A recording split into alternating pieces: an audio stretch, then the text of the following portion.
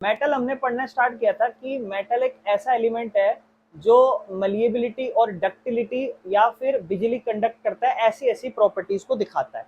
मतलब metals malleable है, इसका मतलब क्या है? मतलब मेटल्स को आप हैमर पीट सकते हो, पतली पतली शीट्स में कन्वर्ट कर सकते हो बिना वो ब्रेक हुए। ये मेटल की खासियत होती है। तो मेटल कोई बोलेगा मेलिएबल है, इसका मतलब क्या है कि metals can be beaten and converted into पतली पतली शीट्स में। जैसे सोना है, चांदी है, इसको आप, या फिर कॉपर है, कोई भी मेटल्स को आप पीट पीट के उसे थिन शीट्स में कन्वर्ट कर सकते हो।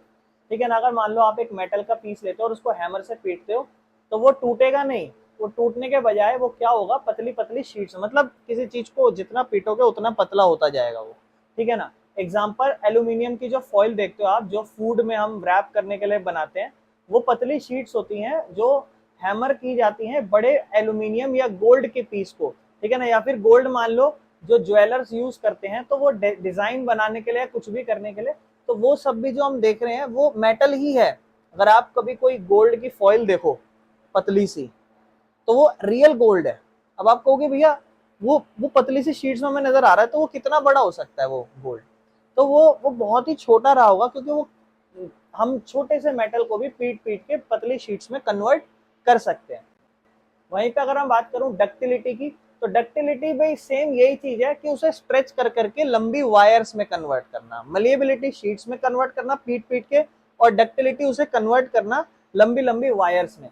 तो मेटल्स कैन बी पुल्ड और स्ट्रेच इनटू अ लॉन्ग, पतली पतली वायर्स में बिना टूटे। जैसे मेटल होते हैं ना, ये मेटल्स को आप जैसे खींचते जाओगे तो ये पतले हो के वायर में कन्वर्ट होते जाएंगे। ठीक है ना? जैसे एक इलेक्ट्रिकल वायर देखो, तो उसके अंदर जो आप स्ट्रैंड्स देखते हो, ये जो धागे से नजर आ रहे हैं, कहता है ये कॉपर के हो सकते हैं, इसलिए आप कहते हैं ना कॉपर की वायर बहुत अच्छी होती है। कॉपर जो है ना वो अच्छा खासा डक्टाइल होता है, मतलब एक छोटा सा पीस भी जो होता है ना वो एक लंबी वायर बना सकता है बिजली की। इसीलिए हम मेटल्स जैसे कि कॉपर को यूज करते हैं, और एल्यूमिनियम भी यूज कर सकते हैं इलेक्ट्रिकल वायर बनाने के लिए। यानी कि इलेक्ट्रिकल वायर जो बनी हुई होती है, अंदर जो स्ट्रैंड्स होते हैं, ये जनरली एल्यूमिनियम के हो सकते हैं या फिर कॉपर के हो सकते हैं, क्योंकि इसे हम पतली लंबी लंबी वायर्स में कन्वर्ट कर सकते हैं। अच्छा, मेटल अच्छे कंडक्टर होते हैं हीट के और इलेक्ट्रिसिटी के। मतलब मेटल में अच्छी हीट और बिजली जो है वो कैरी हो सकती है। मतलब मेटल जो है ना वो हीट और इलेक्ट्रिसिटी को अलाउ करते हैं उनके अंदर से पास करना। जो भी मेटल है, जैसे आप जनरली कोई भी आप देखते हो पेन, तवा जिसे हम कहते हैं, या फ्राईवेल जो भी होता है, तो कह रहा है वो किसके बने हुए होते हैं? कहता है वो जनरली मान लो एल्यूमिनियम या कॉपर के उसमें मेटल्स होते हैं। ठीक है ना? इससे क्या होता है कि वो जल्दी से ना हीट ट्रांसफर कर देते हैं। तो जल्दी से जो हीट ट्रांसफर करते हैं, तो आपके स्टोव से तो आपके खाने को अच्छा सा जल्दी से हीट मिल जाता है। तो इसीलिए या तो हम मान लो इलेक्ट्रिकल की वायर का इस्तेमाल करते हैं अगर बिजली से बना रहे हैं, या और इसमें बोला गया कि सिल्वर सबसे बेस्ट कंडक्टर माना जाता है। ठीक है ना? और मर्क्यूरी, इसका मैंने याद है आपको कल ही बताया था मर्क्यूरी के बारे में। मर्क्यूरी जो होता है वो भी एक मेटल होता है, लेकिन वो रूम टेम्परेचर से, जो अभी रूम टेम्परेचर हो रहा है, इस पे वो लिक्विड हो जाता है। तो लिक्विड है तो वो इसलिए पुअर कंडक्टर होता है हीट का। ठीक है ना? अच्छा, मेटल्स उसके साथ साथ लस्टर भी होते हैं, शाइनी होते हैं। क्यों? जैसे मेटल्स जो होते हैं ना उनके पास एक नेचुरल शाइन या ग्लो होता है, और आप उन्हें पॉलिश कर सकते हो और शाइनियर बना सकते हो।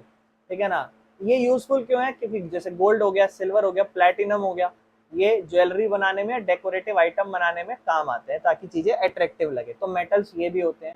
मेटल जनरली हार्ड होते हैं, लेकिन कुछ एक्सेप्शन है। एक्सेप्शन जैसे सोडियम और पोटेशियम, मैं आपको इसके बारे में बता चुका था कि सोडियम और पोटेशियम ऐसे मेटल्स हैं जो हार्ड नहीं है, ये सॉफ्ट है। इन्हें आप नाइफ से भी ऐसे काट सकते हो आराम से। ठीक है ना? लेकिन बाकी मेटल जनरली हार्ड होता है। और मर्क्यूरी तो फिर आपको पता है लिक्विड होता है रूम टेम्परेचर पे। अच्छा, मेटल्स आर यूजुअली स्ट्रॉन्ग, इनके पास एक अच्छी स्ट्रेंथ होती है। तो मेटल जो है ना वो एक उसका पुलिंग फोर्स भी अच्छा खासा हो सकता है। आप अगर उसे पुलिंग, मतलब कोई चीज खींच रहे हो, तो ऐसा नहीं मेटल टूट टाट जाएगा, आप उससे अच्छा खासी चीजों को खींच सकते हो, वो जल्दी से ब्रेक नहीं होगा। ठीक है ना? ये इसलिए यूजफुल है, जैसे मान लो आयरन है या स्टील है, इनको यूज किया जाता है बिल्डिंग या ब्रिज में या रेलवे की लाइंस में, कंस्ट्रक्शन में, क्योंकि ये हैवी वेट के होते हैं, और ये जो है बिना बिना कोई परेशानी के, बिना टूटे हैवी लोड्स भी उठा लेते हैं। ठीक है ना? Metals are solid at room temperature. Most of the metals जो होते हैं, जैसे रूम टेम्परेचर ही नॉर्मल टेम्परेचर है, इसमें सॉलिड पाए जाते हैं, लेकिन एक नहीं पाया जाता था। कौन सा मेरे भाई? मर्क्यूरी। ठीक है ना? What it means, most of the metal जैसे कि आयरन हो गया, कॉपर हो गया, एल्यूमिनियम हो गया, सिल्वर हो गया, गोल्ड, ये सब सॉलिड होते हैं नॉर्मल टेम्परेचर पे, लेकिन एक एक्सेप्शन है मर्क्यूरी। मर्क्यूरी जो है ना वो रूम टेम्परेचर पे लिक्विड होता है। ठीक है, आपने इसको पुराने जमाने के जो, जैसे आजकल तो नंबरिंग वाले थर्मोमीटर आते हैं, लेकिन जो पुराने होते थे ना, डॉक्टर ऐसे लाइन धीरे धीरे बढ़ रही होती थी तो पता लगाते थे कितना बुखार है, पुराना जो जैसे यहाँ लगा दिया यहाँ लगा, वो वैसे वाले जिसमें नंबरिंग लिखी हुई होती थी कितने तक बढ़ रहा है तो इतना बुखार है, वो उसमें मर्क्यूरी का यूज होता था। अच्छा, मेटल जनरली इनका मेल्टिंग पॉइंट और बॉइलिंग पॉइंट भी हाई है। मतलब अगर आप, it takes a very high temperature to melt most metals, ठीक है ना। इनका जो मेल्टिंग पॉइंट है, पिघलने का पॉइंट है, बॉइलिंग पॉइंट है, वो इजी नहीं है कि आराम से पिघल जाएंगे, पिघलाने में टाइम लगेगा। हाई पॉइंट्स है, मतलब अच्छी खासी हीट देनी पड़ेगी। अच्छा, तो अगर मान लो एक हाइयर टेम्परेचर भी दिया इनको बॉईल करने के लिए, गैस करने के लिए, तो वही ज्यादा टेम्परेचर चाहिए इनको मेल्ट करने के लिए या फिर इन मेटल्स को बॉईल करने के लिए। अच्छा, ये यूजफुल क्यों हो जाते हैं ऐसे? ये प्रॉपर्टी हमें ये बताती है कि मेटल्स जो है ना वो for the things that needs to withstand और resist high heat like industrial machinery और कुकिंग यूटेंसिल, फॉर एग्जांपल जैसे आयरन है। आयरन जो है ना वो 1535 डिग्री सेल्सियस पे, अब 100 डिग्री सेल्सियस हमारा पता है, 100 डिग्री सेल्सियस से जनरली कोई भी टेम्परेचर ज्यादा जाता ही नहीं है नॉर्मली रूम टेम्परेचर पे। लेकिन लोहा पता है कब पिघलता है? लोहा 1535 डिग्री सेल्सियस पे, और कॉपर 1083। तो नॉर्मल एनवायरनमेंट में आप इतनी हीट ला ही नहीं सकते, यानी कि उसके लिए एक अलग से कंटेनर होने चाहिए, अलग से एक जगह होनी चाहिए जहां पर आप इतने लेवल की हीट ला सको। और वाटर की अगर हम बात करें तो वाटर तो 100 डिग्री के बाद भाप बनना शुरू होता है ना, उसके बाद और ज्यादा हीट आती ही नहीं है। तो कहने का मतलब है आयरन जो है ना वो कितने लेवल पे पिघल रहा है? 1535 डिग्री सेल्सियस पे, जिसका मतलब है इसका मेल्टिंग पॉइंट कितना ज्यादा हाई है। अब इसमें भी कुछ एक्सेप्शन है, अब ऑलरेडी जो सॉफ्ट है वो जल्दी पिघल जाते होंगे ना, तो सोडियम और पोटेशियम जो है ना इनका मेल्टिंग पॉइंट 100 डिग्री से भी कम है। और कुछ एक ऐसा मेटल है जैसे गैलियम या सीजियम, ये तो हाथ में ही पिघल जाते हैं, क्योंकि हाथ जो है ना उसका मेल्टिंग पॉइंट थोड़ा सा बॉडी टेम्परेचर के क्लोज होता है ना, तो ये हाथ में पिघल जाते हैं। कुछ ऐसे मेटल्स हैं, तो कुछ तो ऐसे हैं जो 100 डिग्री से कम में पिघलते हैं, मतलब उनको थोड़ी बहुत हीट देनी पड़ेगी, और कुछ ऐसे हैं जो हाथ में पिघल जाते हैं। कोई दिक्कत तो नहीं है, एक्सेप्शन जरूर याद रखना जी, ठीक है। अच्छा, मेटल्स की डेंसिटी हाई होती है, जैसे मान लो ये एक मैं मेटल बना रहा हूँ और एक नॉन मेटल है, तो मेटल जनरली सॉलिड है तो उसके पार्टिकल्स क्या होंगे? ज्यादा क्लोज्ड होंगे एक दूसरे की तरफ, है ना। और वहीं नॉन मेटल की बात करूंगा तो एयर जैसे हो गए, ऑक्सीजन, ये सब मेटल्स दूर दूर होंगे, तो घनापन किस में ज्यादा है? मेटल्स में ज्यादा है। तो आपको बोलता है मेटल्स जनरली हैवी होते हैं अपने साइज के लिए। अगर आप किसी को भी पिक करोगे, एक आयरन का पीस भी उठाओगे, तो वो आपको उसी सेम साइज की लकड़ी या प्लास्टिक से ज्यादा भारी महसूस होगा।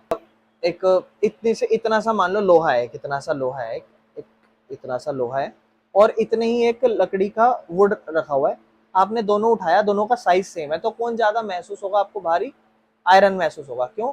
क्योंकि उसके जो पार्टिकल्स हैं वो ज्यादा क्लोज्ड हैं, इवन लकड़ी से भी। हालांकि दोनों सॉलिड ही हैं, लेकिन फिर भी उसके पार्टिकल्स और ज्यादा क्लोज्ड होंगे, उसमें डेंसिटी बहुत ज्यादा होगी, इसीलिए उसके पार्टिकल्स एक दूसरे से ज्यादा क्लोज होते हैं। तो देखो, डेंसिटी मतलब कितना मास पैक्ड है उस वॉल्यूम में। एग्जाम्पल, आयरन की जो डेंसिटी होती है ना वो 7.8 ग्राम पर सेंटीमीटर क्यूब होती है। डेंसिटी कैसे निकल रही है? डेंसिटी मतलब घनापन। अब मैं आपको बताता हूँ, ये मान लो एक जंगल है, ये एक जंगल है, इस जंगल में इतने लोग रहते हैं या इतने पेड़ पौधे हैं,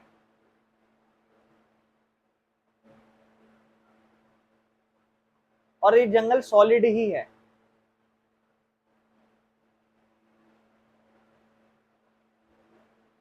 गिनती करी, पता चला 1 मीटर स्क्वायर का एरिया है और 50 लोग रह रहे हैं।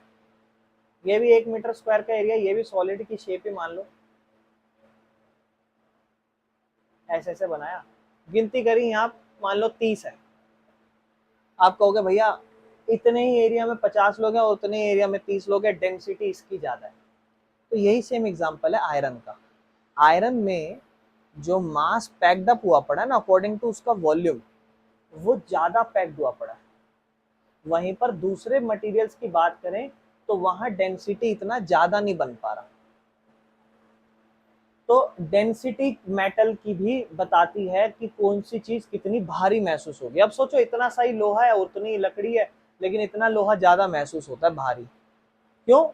क्योंकि वो जो है ना डेंसिटी हमें ये बताती है कितना मास को हमने, कितना हमने, जैसे मान लो एक बैग है, दो जनों का सेम बैग है, दोनों में आप 20 किलो तक सामान भर सकते हो। एक में आपने घुसा घुसा के 22-23 किलो भर दिया, तो डेंसिटी क्या हो गई होगी उसकी ज्यादा। क्यों? क्योंकि उसकी कैपेसिटी 20 किलो और भर कितना दिया 23। लेकिन वहीं पे अगर हम बात करें एक और बैग की, उसमें सिर्फ 15 किलो भरा जबकि 20 की कैपेसिटी है, तो आपको दोनों बैग सेम दिखाई देंगे दूर से, लेकिन एक बैग को जो आप उठाओगे बड़ा भारी लगेगा और एक बैग आपको हल्का। क्यों? क्योंकि इसके अंदर भरा हुआ ज्यादा है। साइज दोनों का सेम है लेकिन उसमें भरा हुआ ज्यादा है, डेंसिटी उसकी ज्यादा नजर आ रही है। अकॉर्डिंग टू वॉल्यूम उसमें मास ज्यादा भर रखा है, जगह ज्यादा घुसा रखी है, जितनी जगह है उसके अकॉर्डिंग घुसा ज्यादा रखा है।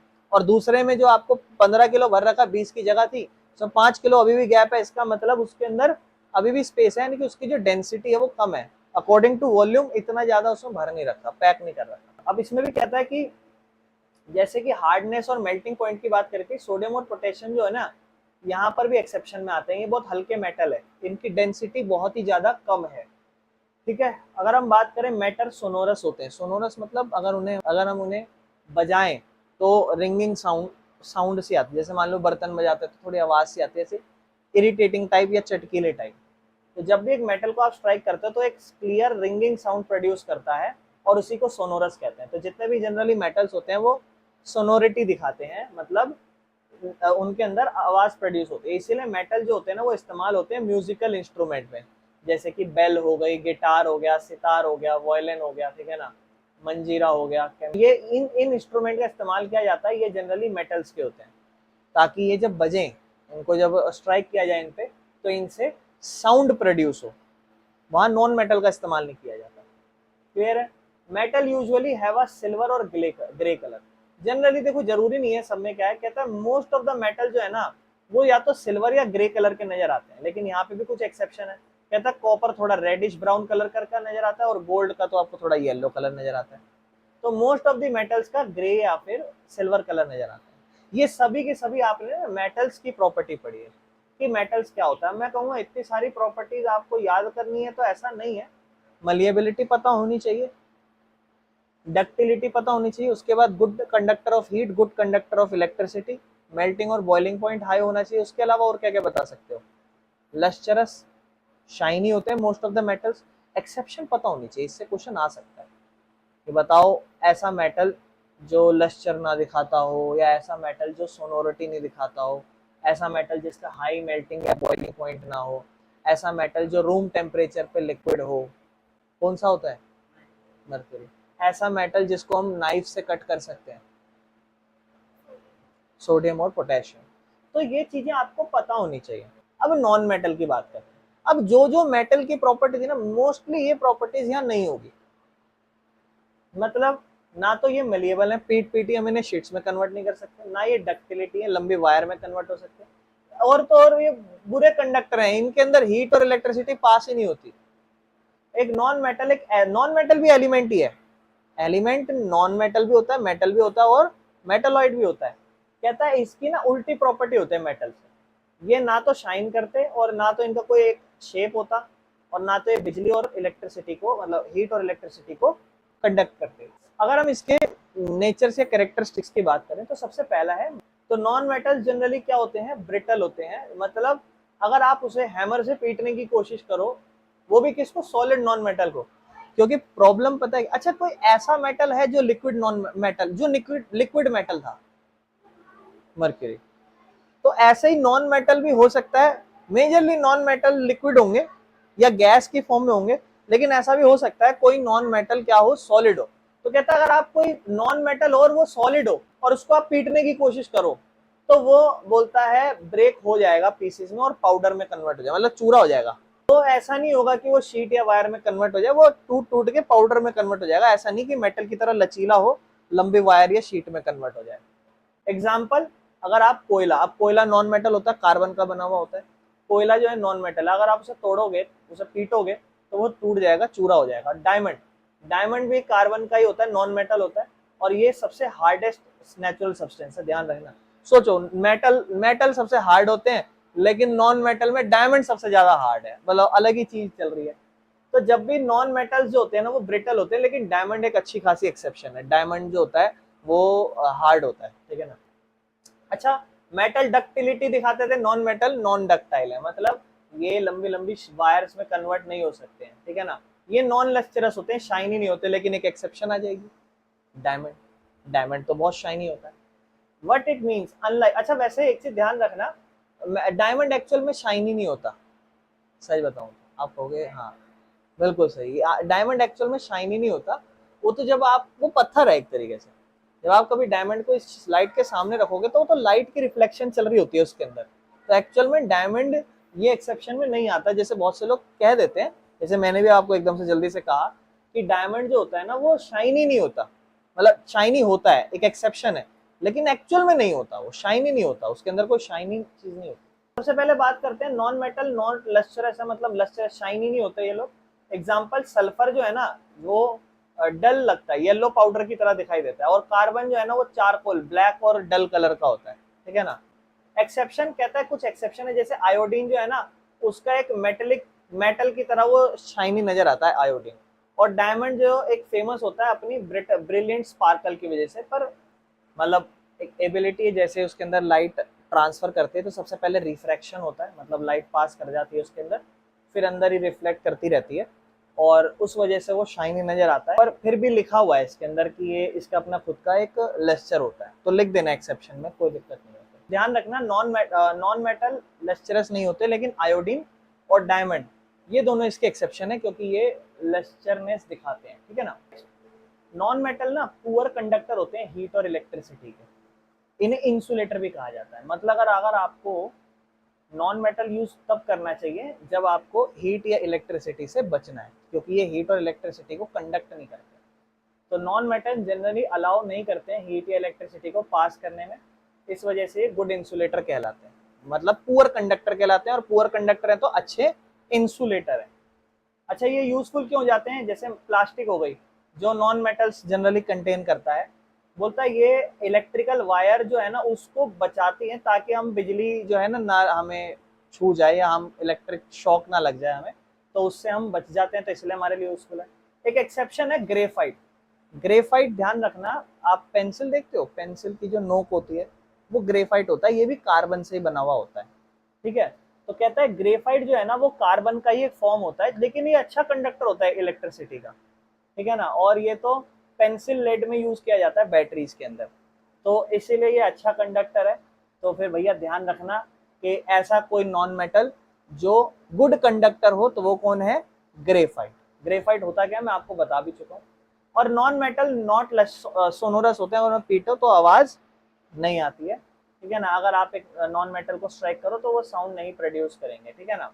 नॉन मेटल जो है वो उनका मेल्टिंग और बॉइलिंग पॉइंट भी बड़ा कम होता है, जल्दी उबलते नहीं है, पिघलते नहीं है। मतलब नॉन मेटल जो है ना वो लो टेम्परेचर के होते हैं, उनको ज्यादा आप हीट या दे नहीं सकते। और नॉन मेटल तो जनरली गैस या लिक्विड पे होते हैं, या तो हवा में होंगे गैस में, या फिर लिक्विड होंगे रूम टेम्परेचर पे। जैसे ऑक्सीजन, नाइट्रोजन, क्लोरीन, ये गैसेस होती हैं। रूम टेम्परेचर पे आप ऑक्सीजन को देखोगे गैस ही नजर आएगी हवा में, नाइट्रोजन का भी सेम, क्लोरीन का भी सेम है। लेकिन ब्रोमीन जो है ना वो लिक्विड में पाया जाता है रूम टेम्परेचर पे। तो कुछ ऐसे नॉन मेटल हैं जो गैस के रूप में पाए जाते हैं और कुछ लिक्विड के रूप में पाए जाते हैं। इवन सॉलिड नॉन मेटल्स, कुछ ऐसे नॉन मेटल्स हैं जो सॉलिड होते हैं, जैसे कि सल्फर या फोस्फोरस।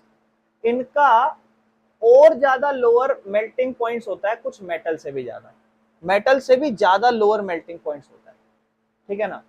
एक्सेप्शन आ जाती है यहाँ पे डायमंड, क्योंकि diamond extremely high melting point अपने साथ लेके चलता है। नॉन मेटल्स की डेंसिटी कम होती है, मतलब इनके अंदर पार्टिकल्स जो होते हैं वो कम होते हैं, यानी कि ये कम घने होते हैं। कम घने आप समझ ही रहे हो मेजरली क्या होते हैं, या तो लिक्विड होते हैं, गैस होते हैं, लेकिन फिर एक्सेप्शन भी आ सकती है इसके अंदर। नॉन मेटल जनरली हल्के साइज के होते हैं, इसका मतलब उनकी डेंसिटी कम होती है। एग्जांपल जैसे कार्बन का जो चारकोल है या सल्फर है, ये बहुत ज्यादा क्या कहते हैं, much lighter than a similar size of iron या कॉपर। मतलब एक आयरन उठा लो और कॉपर का पीस उठा लो, उनका साइज को कंपेयर करो कार्बन के चारकोल या सल्फर से, तो आपको बहुत ही ज्यादा हल्के नजर आएंगे ये एज कंपेयर टू आयरन या कॉपर से। नॉन मेटल सॉलिड भी हो सकते हैं, लिक्विड भी हो सकते हैं, गैस भी हो सकते हैं। अगर आप रूम टेम्परेचर पे देखोगे तो ये तीनों स्टेट में पाए जाते हैं। ब्रोमीन हमने पढ़ा लिक्विड पाया जाता है, कार्बन या सल्फर या फोस्फोरस ये सॉलिड पोजीशन में पाए जाते हैं। कार्बन का एग्जांपल किससे ले सकते हो, ग्रेफाइट बोल सकते हो या फिर डायमंड बोल सकते हो, हाँ चारकोल बोल सकते हो। अच्छा, और हाइड्रोजन, ऑक्सीजन और नाइट्रोजन और क्लोरीन ये सब गैस में पाए जाते हैं। तो नॉन मेटल अलग अलग सिचुएशन में पाए जाते हैं। नॉन मेटल जनरली सॉफ्ट होते हैं, ठीक है ना। और इसका मतलब क्या है कि जितने भी सॉलिड नॉन मेटल्स हैं वो थोड़े सॉफ्ट होते हैं, उन्हें आराम से काट सकते हो। लेकिन फिर एक्सेप्शन आ जाती है डायमंड, डायमंड को आराम से नहीं काट सकते, बल्कि डायमंड तो बहुत सारे मेटल जैसे शीशा हो गया उसको काटने के काम आ जाता है, ठीक है ना। ये स्ट्रॉन्ग नहीं होते हैं, जो नॉन मेटल्स होते हैं ना स्ट्रॉन्ग नहीं होते हैं ये, ठीक है ना। ये हैवी वेट नहीं होल्ड कर सकते बिना टूटे, मतलब अगर इन्हें हैवी वेट उठवाओगे तो ये टूट जाएंगे, ठीक है ना। इनके पास स्ट्रेंथ कम होती है, ठीक है ना। और ये they are not very resistant to being pulled apart, है ना, मतलब इतने ज्यादा ही नहीं कि खींच सके ये चीजों को, टूट जाते हैं। और इनके अलग अलग कलर हो सकते हैं, वाइड रेंज में कलर होते हैं, जैसे हमने उसमें पढ़ा था जनरली सिल्वर टाइप के होते थे, एक आध गोल्ड और कॉपर में एग्जांपल आ जाता था। तो बोलता है इसमें मेटल की तरह नहीं है, इसमें सिल्वर ग्रे की तरह और भी बहुत सारे वाइड रेंज के कलर, जैसे सल्फर येलो होता है, फोस्फोरस व्हाइट और रेड हो सकता है, ग्रेफाइट ब्लैक हो सकता है, क्लोरीन जो है ना येलोइश ग्रीन हो सकता है, ब्रोमीन जो है रेडिश ब्राउन हो सकता है, और हाइड्रोजन ऑक्सीजन तो कलरलेस होते हैं ना। तो ये फिर इसके बाद इनके कुछ डिफरेंस है, आप एक बार देखो डिफरेंस एक बार शॉर्ट में पढ़ लेते हैं। और हालांकि हम ऑलरेडी जो चीजें पढ़े हैं वही चीज इसको एक्सप्लेन कर रही है। तो ये मलिएबल होते हैं और डक्टाइल होते हैं, लेकिन वो मलिएबल और डक्टिलिटी दोनों नहीं दिखाते। कंडक्टिविटी की बात करें तो ये मेटल्स जनरली गुड कंडक्टर होते हैं हीट और इलेक्ट्रिसिटी के, लेकिन ये पुअर कंडक्टर होते हैं। लेकिन इसमें आप एक्सेप्शन जरूर लिखना कि डायमंड जो होता है वो अच्छा कंडक्टर है हीट का, और ग्रेफाइट अच्छा कंडक्टर है इलेक्ट्रिसिटी का। ये याद करना पड़ेगा, यूं मत कह देना कि डायमंड अच्छा कंडक्टर है इलेक्ट्रिसिटी का, वहां प्रॉब्लम हो जाएगी। और कहीं लिख दो कि ग्रेफाइट अच्छा कंडक्टर है हीट का, वो मत लिख देना, वो प्रॉब्लम। लस्टर की अगर हम बात करेंगे तो लस्टर जो है शाइनी, मतलब मेटल्स जनरली लस्टर शाइनी होते हैं। नॉन मेटल्स नॉन लस्टरस होते हैं, लेकिन उसमें आयोडीन जो है लस्टर होता है। और एक और हमने पढ़ा था, मेरे भाई बताओगे कौन सा था, शाइनीनेस, आप बताओगे दीदी, डायमंड। हालांकि मैं स्टार्टिंग में मना कर रहा था, बट देखो वो एक्चुअल में है, कुछ डिबेट्स है, कुछ कहते हैं नहीं है, कुछ कहते हैं, तो मैं कहूंगा अभी भी कि नहीं है। रूम टेम्परेचर में मेटल जनरली सॉलिड होते हैं, लेकिन एक मर्क्यूरी होता है, और एक और होता है रूम टेम्परेचर पे लिक्विड तो नहीं होता बट वो सॉफ्ट मेटल होता है, सोडियम और पोटेशियम। वहीं नॉन मेटल्स की बात करें तो ये तो अलग अलग रूम टेम्परेचर पे पाए जाते हैं। सॉलिड भी मिल जाएगा आपको। सॉलिड कौन से होते हैं नॉन मेटल, बता सकते हो? सल्फर फोस्फोरस होते हैं सॉलिड, कार्बन डायमंड कह सकते हो आप, है ना। और लिक्विड कौन से होते होंगे? ब्रोमीन, लिक्विड होता है ना ब्रोमीन। और gas, chlorine, oxygen, nitrogen. Strength की बात करें तो मेटल अच्छी स्ट्रेंथ लेते हैं, टफ होते हैं, स्ट्रेंथ हाई होती है इनकी, स्ट्रॉन्ग होते हैं, ये वीक होते हैं। और सोनोरिटी, मेटल जनरली सोनोरस होते हैं, नॉन मेटल सोनोरस नहीं होते हैं। तीसरा आ जाता है metalloids. What are they? Metalloids होते क्या है? मेटलॉइड जो होते हैं ना वो इन्हीं एलिमेंट है, जैसे एलिमेंट है तो एलिमेंट या तो मेटल का हो सकता है एलिमेंट, या फिर वो एलिमेंट नॉन मेटल हो सकता है, या फिर वो एलिमेंट मेटलॉइड हो सकता है। तो मेटलॉइड ना बड़े स्पेशल ग्रुप होते हैं एलिमेंट के। मेटल बहुत मिलेंगे, नॉन मेटल भी मिल जाएंगे, लेकिन मेटलॉइड्स कुछ स्पेशल है। ये क्योंकि दोनों प्रॉपर्टी दिखाते हैं, मेटल भी और नॉन मेटल भी। मतलब ये मेटल की तरह दिखाई देंगे लेकिन बिहेव करेंगे नॉन मेटल का, मतलब कमजोर नजर आ सकते हैं। ये ना तो अच्छे कंडक्टर होते इलेक्ट्रिसिटी के मेटल की तरह, और ना ही ये इंसुलेटर भी होते। मतलब कंडक्टर जो बिजली कंडक्ट करे, इंसुलेटर जो बिजली कंडक्ट ना करे, जैसे नॉन मेटल। कह रहा है ये सेमी कंडक्टर कहलाते हैं। मतलब this means they don't conduct electricity as well as metals, but they conduct better than non-metals which are insulator. This property makes them very important in electronics. मतलब कह रहा है जैसे मेटल कंडक्ट करता है ना इलेक्ट्रिसिटी, वैसे नहीं कंडक्ट करेंगे, लेकिन जैसे नॉन मेटल कंडक्ट ही नहीं करता वैसा भी नहीं करेंगे, सेमी कंडक्टर है। मतलब ये ऐसा मान लो, एक बंदा बहुत ताकतवर और एक बंदा बहुत कम ताकतवर, ये कहेंगे मैं बीच का, ना मैं बहुत ज्यादा ताकतवर हूँ ना मैं बहुत कम ताकतवर हूँ, मतलब ये सेमी कंडक्टर है। एग्जाम्पल है boron, silicon, germanium. Example important है, याद रख लेना, ठीक है, क्लियर है। देखो बोरोन ऐसा दिखाई देता है, सिलिकॉन ऐसा, जर्मेनियम ऐसा, ये मेटलॉइड्स होते हैं। अब आ जाता है हमारा next topic, that is compound. अगर आपको याद हो तो हमने पढ़ा था, ध्यान से समझना, हमने पढ़ा था मैटर को बांटते हैं हम दो हिस्सों में, प्योर और इम्प्योर में। प्योर हमारे एलिमेंट और कंपाउंड होते थे, जहां पर हमने एलिमेंट में पढ़ा था कि सबसे सिंपलेस्ट फॉर्म होती है और ये metal, non metal, metalloids type के हो सकते हैं। अब हम पढ़ रहे हैं कंपाउंड, यानी कि क्या अब अभी हम इम्प्योर पे चले गए क्या? नहीं, अभी भी हम प्योर पर ही हैं, ये बात का आप ध्यान रखें, ठीक है ना। चलो, तो अब कंपाउंड बात करते हैं। मतलब अब जो एलिमेंट्स है ना, जैसे मान लो ऑक्सीजन, ऑक्सीजन एलिमेंट है? आपसे पूछता हूँ, ऑक्सीजन एलिमेंट है क्या? नहीं है। मेटल है, नॉन मेटल है, मेटलॉइड्स है? नॉन मेटल मेरे भाई, अभी तो अपन ने पढ़ा। Sulphur non metal, phosphorus non metal, chlorine non metal, bromine non metal, sodium metal, metal sodium metal, potassium metal. तो इनको ना यहीं से याद करने स्टार्ट कर देना ताकि आप डिफरेंसेस पढ़ सको।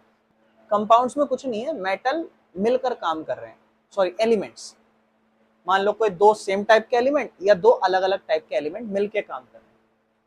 कंपाउंड भी है ना प्योर सब्सटेंस ही होते हैं, लेकिन इसमें दो या दो से अलग, दो एलिमेंट या दो अलग अलग एलिमेंट, जैसे मान लो एक हो गया था हाइड्रोजन और एक हो गया था ऑक्सीजन, तो H2O वाटर बन जाता था, वो कंपाउंड है। या फिर दोनों सेम टाइप के, हाइड्रोजन और हाइड्रोजन H2, ऑक्सीजन और ऑक्सीजन O2, तो ये दोनों एलिमेंट थे, कंपाउंड बने। ये दोनों एलिमेंट थे, कंपाउंड बने। ये अलग एलिमेंट था, ये अलग एलिमेंट था, कंपाउंड बना। समझ रहे हो? मतलब या तो सेम एलिमेंट या अलग अलग एलिमेंट एक दूसरे को केमिकली ज्वाइन करें, बॉन्ड बनाए एक दूसरे के बीच में एक स्पेसिफिक रेशो में, ऐसा नहीं कि कुछ भी मिल मिला गया, एक स्पेसिफिक रेशो में, तो उसे हम कंपाउंड कहते हैं। जब भी एलिमेंट कंपाउंड बनाता है तो वो अपनी इंडिविजुअल प्रॉपर्टी खो देता है। आप H2O को क्या कहते हो? हाइड्रोजन, ऑक्सीजन या वाटर? इंडिविजुअल प्रॉपर्टी अपनी खो दी और एक नई प्रॉपर्टी बना ली। क्लियर है? कैरेक्टरिस्टिक्स क्या है? कहता है compound are made of from element that are chemically bonded together. ये केमिकली मिले होते हैं एक दूसरे से। एग्जांपल पानी, H2O, हाइड्रोजन और ऑक्सीजन की बॉन्डिंग हो रखी है आपस में। कार्बन डाइऑक्साइड, कार्बन और ऑक्सीजन की, कार्बन डाइऑक्साइड को CO2 लिखते हो ना, ये भी कंपाउंड है। शुगर C12H22O11, यानी कि कार्बन भी, हाइड्रोजन भी, ऑक्सीजन भी है। कॉमन सॉल्ट जिसे हम NaCl कहते हैं, सोडियम क्लोराइड, सोडियम क्या है? Metal, non metal? मेटल। और क्लोरीन नॉन मेटल। देखो मेटल और नॉन मेटल मिल रहे हैं आपस में, है ना। या सल्फ्यूरिक एसिड। तो ये जो जितने भी हम नाम पढ़ रहे हैं ये सब कंपाउंड्स हैं। और कंपाउंड्स क्या होते हैं? व्हेन टू सेम या टू डिफरेंट या टू और मोर डिफरेंट और same kind of elements combined together to form a something new thing, something new, chemically कोई नई चीज बनाना, दे आर कॉल्ड कंपाउंड्स।